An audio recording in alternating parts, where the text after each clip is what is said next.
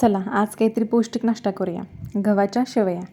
मग त्यासाठी आपल्याला 1 वाटी शेवया घेतल्या मी इथे. कढईमध्ये तूप टाकलं 1 चमचा. आता त्याच्यामध्ये आपले शेवया टाकू आपण. मस्त भाजून घ्यायचं त्याला आता खरपूस मस्त मिडियम गॅसवर. तुम्ही तुपाच्या ऐवजी तेलामध्ये पण त्याला भाजू शकता. मला तुपामध्ये भाजलेला आवडता. तुम्ही तेलामध्ये पण भाजू शकता. भाजून झाले आता काढून घेऊ. इथे मी आता 2 कांदे, मिरच्या, कोथिंबीर आणि कढीपत्ता घेतला. कांदा मिरच्या कापून घेऊ आपण. बारीक चॉप करून घ्यायचं मस्तपैकी.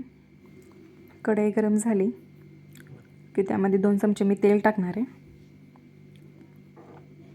तेल गरम झालं की त्यामध्ये जिरे, मोहरी मस्त तडतडू द्यायचं ते. त्यानंतर मग त्याच्यामध्ये कढीपत्ता तो पण मस्त तडतडू द्यायचा. त्यानंतर मग आपण चॉप केलेली मिरची,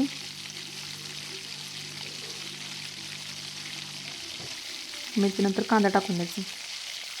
मस्त हलवून घ्यायचा तो मिडियम गॅसवर सरळ. भाजला कांदा की त्यामध्ये हळद टाकून द्यायची. थोडंसं परत त्याला हलवून घ्यायचं मस्तपैकी.